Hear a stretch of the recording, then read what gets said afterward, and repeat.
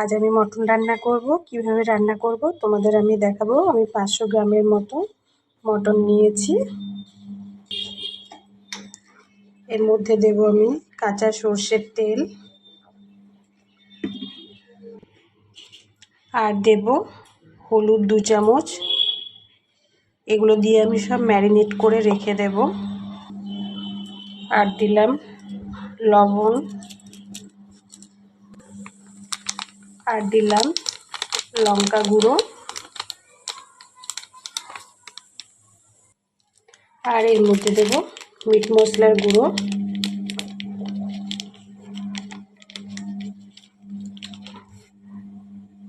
আর এর মধ্যে আমি দেব আদা রসুন পেঁয়াজ লঙ্কা পেস্ট। এটা পেস্ট করে নেব মিক্সার গ্রাইন্ডারে। তারপর এর মধ্যে দিয়ে সেটাকে আমি ম্যারিনেট করে রেখে দেবো ফ্রিজের মধ্যে। ম্যারিনেট করে টিফিন বক্সে চাপা দিয়ে 3-4 ঘন্টা রেখে দেব। এই দেখো আমার মশলাটা পেস্ট হয়ে গেছে। এবার এটা আমি এর মধ্যে ঢেলে দেব, নিয়ে সব মাখিয়ে নেব। আমার মশলাটা মাখানো হয়ে গেছে। এবার আমি এই কন্টেনারের মধ্যে এটা ঢেলে রেখে ফ্রিজের মধ্যে 3-4 ঘন্টা রেখে দেব। এই দেখো আমি কন্টেনারের মধ্যে ঢেলে নিয়েছি। এবার এটা আমি চাপা দিয়ে দেব। এবার এইভাবে ম্যারিনেট করে রেখে দিলে মশলাটা পুরো ভেতরে ঢুকে যায় এবং খেতেও খুব ভালো লাগে। এবার দেখো আমি কড়াই তেল বসিয়ে দিয়েছি।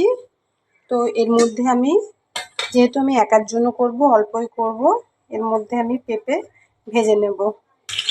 এই দেখো আমার পেঁপেগুলো হালকা করে ভাজা হয়ে গেছে। খুব বেশি ভাজবো না, হালকা ভাজায় থাক, কষতে কষতে সেদ্ধ হয়ে যাবে। এগুলো এবার আমি তুলে নেব। আমি তেলের মধ্যে দিয়ে দিয়েছি শুকনো লঙ্কা, গোটা গরম মশলা, তেজপাতা আর অল্প চিনি। এই দেখো চিনিটা লাল হয়ে ফেনা হচ্ছে, এতে কালারটা ভালো আসে। এবার এর মধ্যে আমি পেঁয়াজগুলো দিয়ে দেব। আমি পেঁয়াজগুলো দিয়ে দিয়েছি। পেঁয়াজগুলো দিয়ে এবার আমি এটাকে ভেজে নেবো ভালো করে। এই দেখো আমার পেঁয়াজগুলো ভাজা হয়ে গেছে, আর একটু সামান্য ভাজবো। এর মধ্যে মটনগুলো দিয়ে দেবো। মটনটা ম্যারিনেট করে রাখা আছে, আমি ফ্রিজ থেকে বের করে নিয়েছি। এই দেখো আমি মটনটা দিয়ে দিয়েছি। এবার এর মধ্যে দেবো আমি টমেটো সস। আমি টমেটো খাই না, সেই জন্য টমেটো সসই দিলাম অল্প করে। আর ভেজে রাখা পেঁপেগুলো, এগুলো মটনটা একটু হালকা সেদ্ধ হয়ে গেলে তারপর আমি দিয়ে দেব।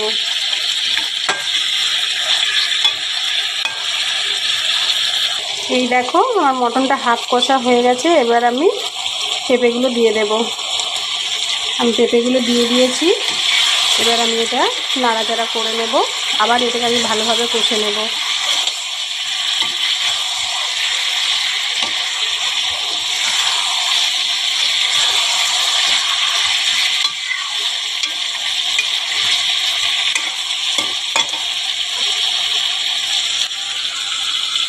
আমার মটন কষাটা হয়ে এসছে। এবার এর মধ্যে আমি দিয়ে দেবো কিশমিশ কাজু বাটা আর গরম মশলা বাটা। আমি কিশমিশ কাজু বাটা গরম মশলা বাটাটা দিয়ে দিয়েছি। এবার এটা নাড়াচাড়া করে নেব। এবার এর মধ্যে দেব আমি বাটার। এই দেখো আমি 1 চামচ বাটার নিয়ে নিয়েছি। এবার বাটারটা এর মধ্যে আমি দিয়ে দেব। আমি বাটারটা দিয়ে দিয়েছি।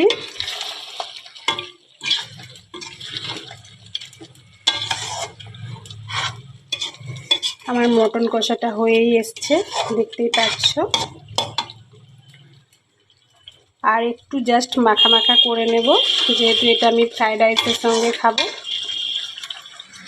আর এই দেখো আমার ফ্রাইড রাইসও হয়ে গেছে।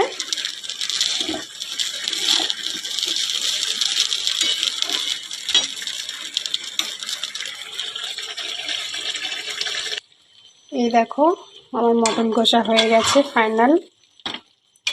এইভাবে বাটার আর কাজু বাটা দিয়ে লাস্টে তোমরা করে খেয়ে দেখো, খুব সুন্দর লাগে খেতে।